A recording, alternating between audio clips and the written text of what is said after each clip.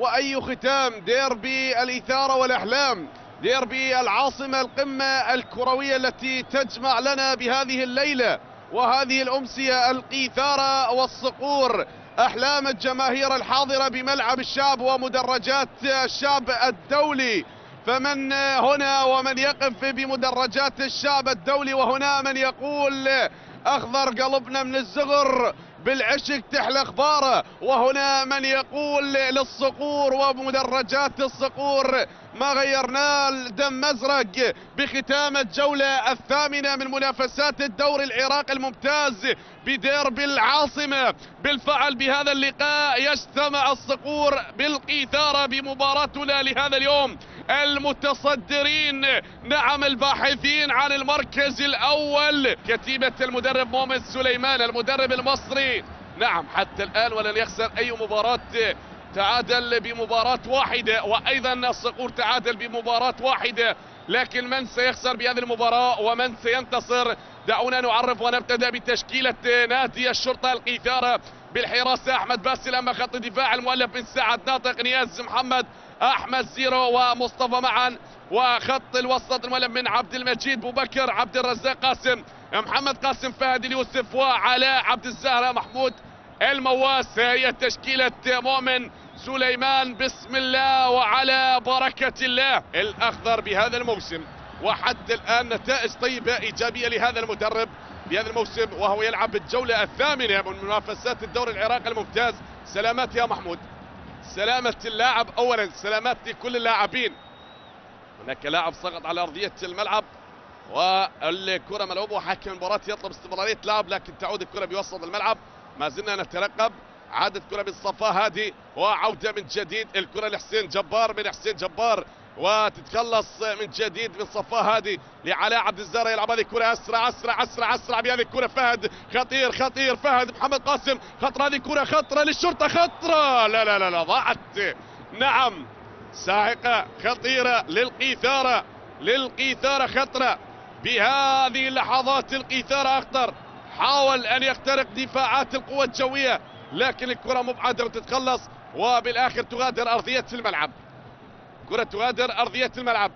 هجوم لنادي الشرطة، الشاهد دخول اللاعب فهد اليوسف والتمريرة لمحمد قاسم، لكن من تدخل حسن رائد وابعد الكرة وخلص الكرة من امام الحارس فهد طالب، واحتكاك اللاعب حسن رائد مع الحارس فهد طالب. سلامات لكل اللاعبين. نعم التدخل بالكرة الماضية تخلص وتبعد الى ركنية لمصلحة نادي الشرطة. الشرطة يبحث عن تسجيل الهدف الاول بمجريات الشوط الاول، والقوة الجوية عازم ايضا على تحقيق الاهداف بهذه المباراة.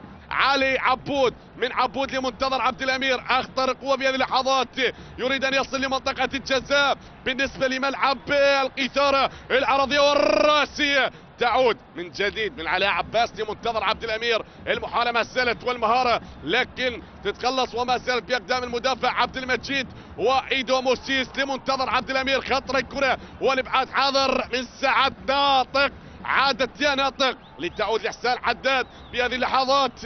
الازرق اخطر، الجوية اخطر، هل ستطلق صواريخها القوة الجوية بهذه اللحظات؟ الكرة تعود من جديد هنا، العرضية حاضرة من حسين، ولكن احمد باسل الابعاد بقبضة اليد، وتعود هنا اسرع يصل للكرة محمد قاسم، لكن هنا محمد علي عبود يخطف الكرة من قاسم وتعود. التحدي التحدي اصعب بهذه اللحظات، ولتتخلص كرة 2 على 1، لكن تتخلص وتعود الكرة لاحمد باسل بهذه اللحظات.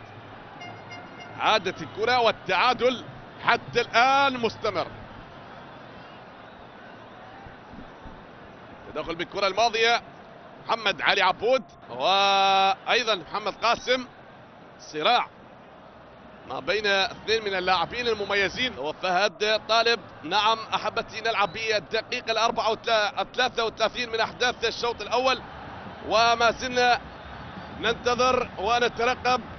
الكرة عادت ومن جديد هنا المحاولة بين اقدام اللاعب محمود المواس بتصويب مكان بعيد. يا محمود عادت الكرة من محمود المواس، كادت ان تعبر الحدود. يا مواس وكادت هذه الكرة أن تهز الشباك. كرة اللاعب محمود بالفعل، لكن القائم الأيمن للحارس فهد طالب هو من يعترض طريق كرة الأهداف وخطف النقاط. لكن ننتظر حتى الآن ونترقب بهذه المباراة.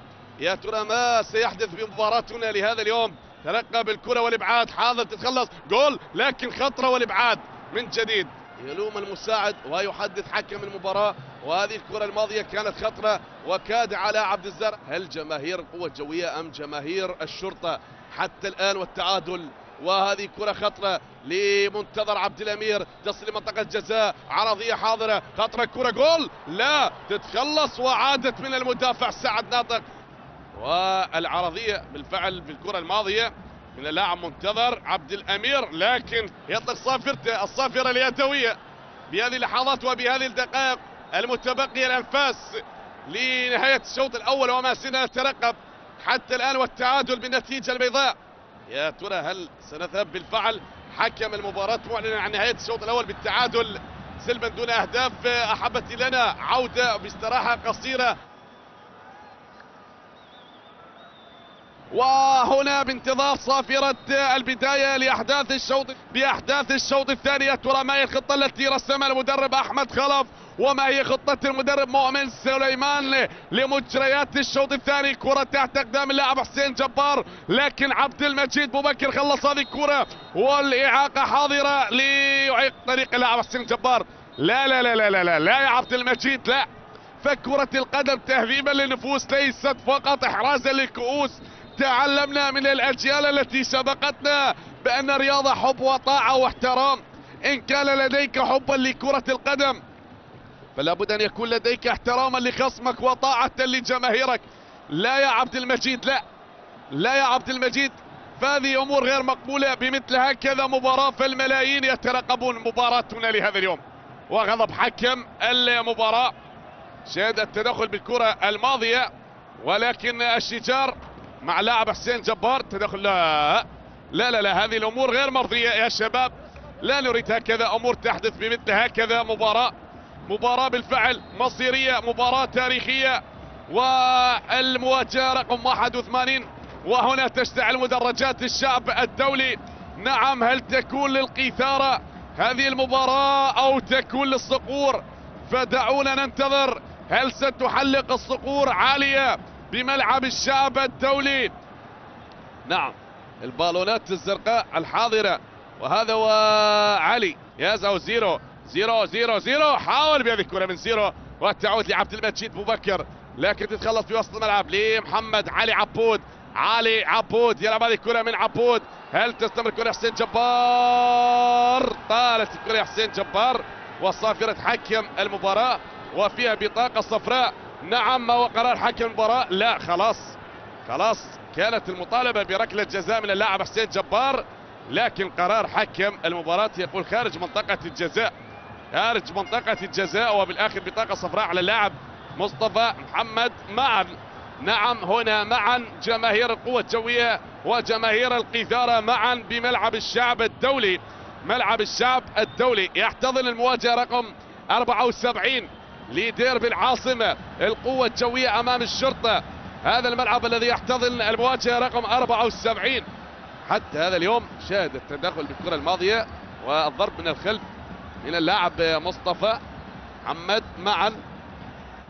صفاء هادي، هل يكون أول الأهداف لصفاء بهذا الموسم؟ لكن تصطدم الكرة بحائط الصد وتبعد من دفاعات القيثارة. تعود لأحمد إبراهيم، يخطب هذه الكرة، لكن المواس خطير، يخطب هذه الكرة من المواس. عبد المجيد بوبكر عادت لمحمد قاسم، خطر الكرة للقيثارة، أخطر بهذه اللحظات معاكسة، لكن طالت الكرة، وتغادر أرضية الملعب، طالت على الشرطة. عقيد المنتخب السوري ونجم القيثارة العراقي محمود المواس بهذه الكرة من محمود.